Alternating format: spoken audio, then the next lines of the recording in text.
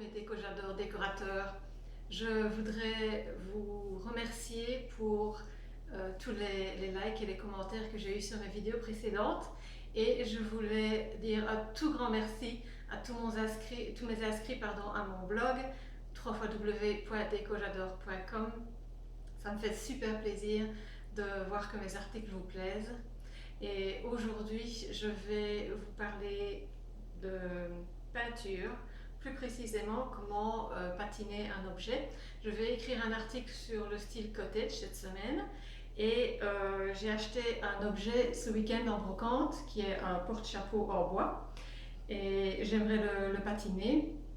Et c'est un objet qui s'insère vraiment très très bien dans le style cottage. Donc ici au niveau matériel, j'ai de la peinture, j'ai deux couleurs de peinture différentes parce que j'aimerais le patiner en bleu clair, mais le bleu que j'ai est trop foncé, donc je vais mélanger avec du blanc. J'ai des pinceaux ronds. Je préfère personnellement les pinceaux ronds pour des objets qui sont arrondis. Je trouve que c'est plus facile que d'utiliser un pinceau plat. Mais si vous avez un pinceau plat de petite taille, ça peut aller aussi. J'ai pris un petit couvercle pour faire mon mélange de peinture, une feuille blanche pour tester la couleur, et enfin du papier verré très fin. Donc je vais commencer par faire mon mélange. Je vais prendre d'abord un petit peu de peinture bleue.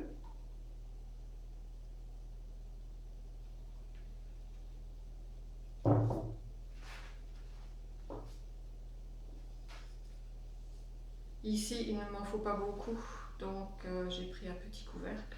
Mais évidemment, si vous peignez un objet beaucoup plus grand, je vous conseille un support plus grand pour faire votre mélange. Et alors, je vais ajouter un petit peu de blanc. Parce que j'aimerais qu'il soit bleu clair, mais pas trop clair non plus. Et je vais simplement mélanger. Et faire un test ou deux pour être sûr d'obtenir la bonne couleur. Ici, j'utilise une peinture que j'ai découverte il n'y a pas longtemps. C'est de la marque Jeanne d'Arc Living Vintage Paint. Vous connaissez peut-être déjà le magazine de la même marque qui s'appelle Nordic Living et qui se vend ici en Europe et qui sera bientôt traduit en anglais.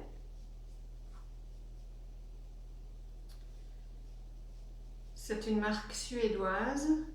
Je vais faire un petit test déjà. Ah ben voilà, c'est déjà bien.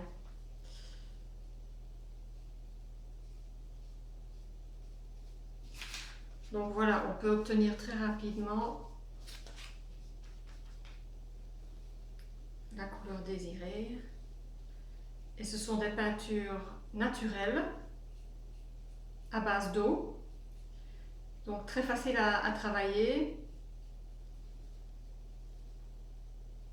Je vais commencer par le dessus de l'objet. Ici, c'est un porte-chapeau donc.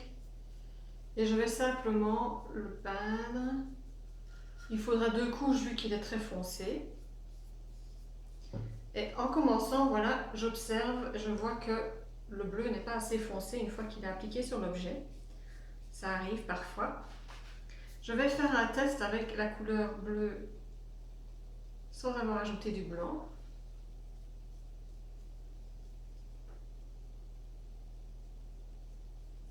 Et voilà, je pense qu'en fait, vu que l'objet est très foncé, je vais devoir appliquer la couleur brute sans faire de mélange. Et c'est sûr qu'il faudra deux couches avant de voir vraiment le résultat final et afin de vous cacher toute la couleur noire.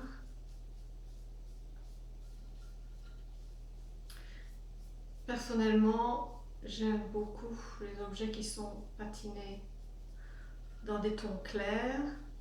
Je trouve qu'ils s'insèrent vraiment très facilement dans beaucoup de styles de décoration. Voilà, donc une demi-heure plus tard, mon porte-chapeau est sec et je vais appliquer la deuxième couche. En séchant, je vois que la couleur est quand même plus foncée, donc je vais finalement utiliser mon premier mélange. pour que ce soit légèrement plus clair. Et je vais faire attention de peindre dans le même sens que la première couche. Donc si par exemple j'ai peint la partie ici verticale avec des traits verticaux, bien faire attention de refaire la même chose pour ne pas avoir des coups de pinceau dans un sens et puis des coups de pinceau dans un autre. Donc ici je vais terminer ma deuxième couche et puis je vous montrerai alors comment utiliser le papier verré. Voilà, maintenant que les deux couches sont sèches, je vais vous montrer comment poncer pour ajouter une touche d'usure. Ici, je n'ai utilisé qu'une couleur, donc je vais directement voir apparaître du noir. Si vous voulez ajouter plus de dimension à votre patine, je vous conseille d'utiliser alors 2, même 3 couleurs différentes. Vous pouvez commencer par du blanc et puis une couleur, ou alors du gris et puis du blanc. Et lorsque vous poncerez, vous verrez apparaître les différentes couleurs. Donc ici, je vais simplement prendre mon papier verré et passer aux endroits où il y aurait naturellement de l'usure avec l'usage et les années. Donc, je vais plier mon papier verré qui est très fin. Ici, c'est un grain de 120. Ici, j'ai un bord en relief. Je vais passer sur ce bord.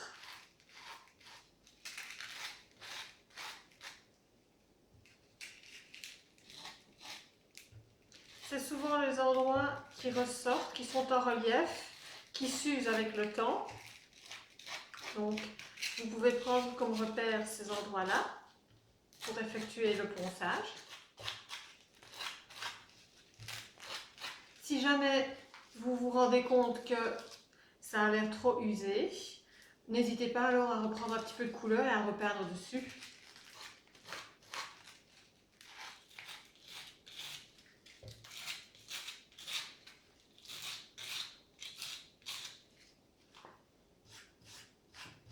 Voilà. J'espère que vous voyez bien. Donc j'ai fait un effet usé sur le pied et également sur les bords, ici, sur toute la hauteur. Voilà.